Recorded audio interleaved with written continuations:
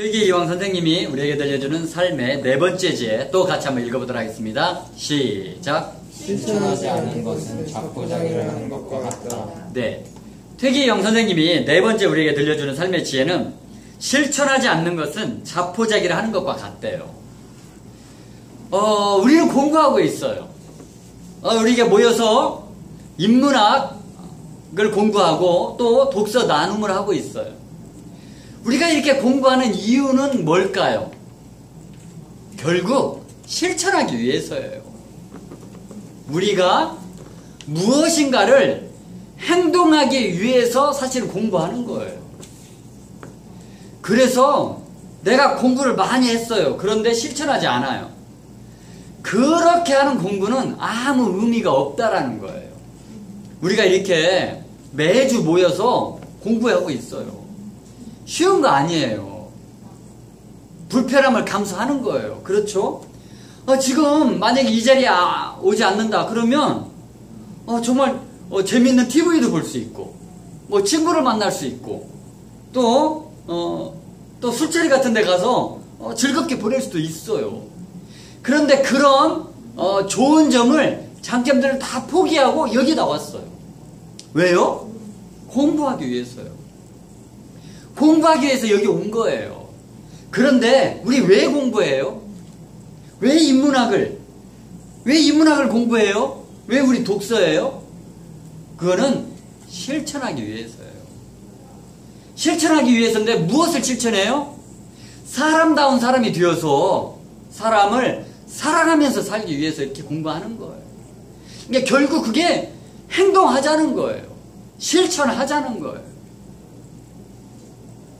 세상에서 가장 먼 거리가 뭐래요?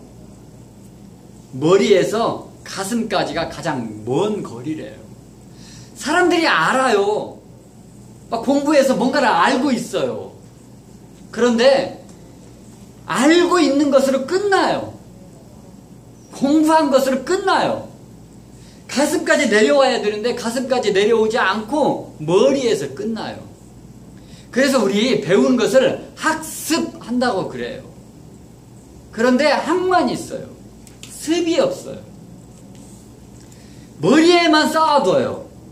습을 해서 연습해서 내 것으로 만들어야 하는데 머리에만 갖고 있어요. 그런데 머리로만 내가 갖고 있는 것은 의미가 있을까요? 자, 내가 사랑하는 거를 알아요. 사랑에 대해서 잘 알아요. 그런데 사랑하면서 살지 못해요. 내가 또 행복에 대해서도 잘 알아요.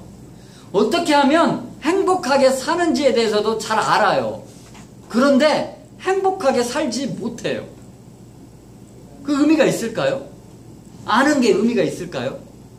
저는 그런 지식은 아무 필요가 없다고 생각을 해요. 그래서 우리는 공부했어요? 그러면 연습해야 돼요. 연습하는데 어디까지? 머리에서 가슴까지 내려올 때까지. 내 머리에 들어있는 게 가슴으로 내려오는 날, 그날 내가 실천할 수 있는 거예요. 우리 실천하기가 쉬워요? 어려워요? 어려워요. 절대 쉽지 않아요. 내가 배웠어요. 어떤 걸 알게 됐어요. 그 배운 것을, 내가 알게 된 것을 실천하는 것은 절대 쉽지 않아요. 실천하려면 완전히 소화가 되어서 내 것까지 돼야 돼요. 그래서 제가 늘 얘기하잖아요. 제가 세 가지. 독서하고, 사색하고, 실천하라 라고 얘기해요. 독서했으면 그거를 내 것으로 만드는 사색 과정을 거쳐야 돼요. 그래서 사색 과정을 거쳐서 내 걸로 만들게 되면 그때 실천할 수 있게 되는 거예요. 그런데 많은 사람들이 독서해요. 공부해요. 그런데 거기서 멈춰버려요. 책을 읽고는 독서하고는 거기서 멈춰버려요. 독서 후 활동을 하지 않아요. 독서 후 활동이 바로 사색 과정이에요. 제가 사색 과정도 세 가지로 얘기하잖아요. 첫 번째, 책을 읽으면서 밑줄을 치는 거예요. 그리고 밑줄 친 것을 필사를 하는 거예요. 베껴 쓰는 거예요. 이런 말이 있잖아요. 필사하면 영혼에 새겨진다.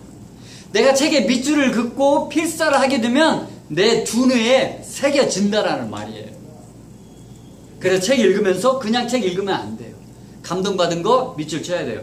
만약에 도서관에서 빌렸잖아요. 그러면 포스트잇 같은 거로 붙여 놓는 거예요.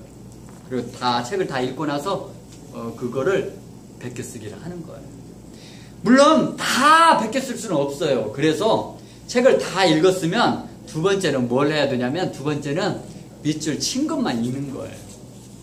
밑줄 쳐놓은 것만 읽으면서 내가 그 밑줄 쳐놓은 것 중에 더 중요한 거 별표를 하는 거예요. 그리고 세 번째 그 별표한 것을 이제 필사를 하는 거예요. 그러면 정말 중요한 것만 필사할 수 있어요. 그렇게 하는 거예요. 그리고 두 번째, 사색과정 두 번째는 원북 원페이지를 쓰는 거예요.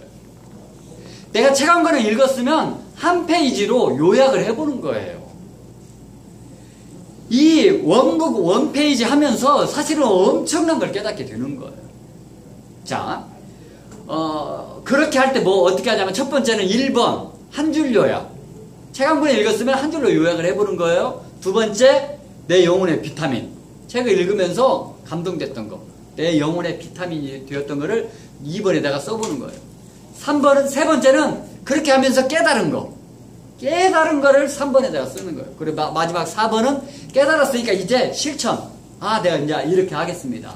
내가 이렇게 도전해 보겠습니다. 하고 네 번째 이렇게 써보는 거예요.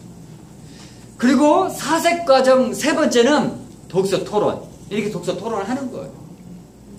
세상에서 가장 무서운 사람은 책 한 권만 읽은 사람이에요. 두 번째 무서운 사람은 한 분야의 책만 읽은 사람. 세 번째 무서운 사람은 혼자 읽은 사람이에요. 그래서 반드시 독서 토론을 해야 돼요. 그렇게 하면 독서하고 사색이 돼요. 그러면 그렇게 해서 깨닫고 실천할 것을 뽑아낸 거를 그러고 실천하면 되는 거예요. 그러면 머리에서 가슴으로 내려올 수 있어요. 나의 지식이, 나의 독서가 머리에서 멈추지 않고 그렇게 사색 과정을 거쳐서 내 가슴으로 내려오면 그러면 나는 실천할 수 있는 마음의 힘을 가질 수 있게 돼요. 그래서 우리 모두 다 정말 그런 실천하는 행동가, 행동하는 지식인, 실천하는 지식인이 다 되었으면 좋겠습니다. 이상입니다.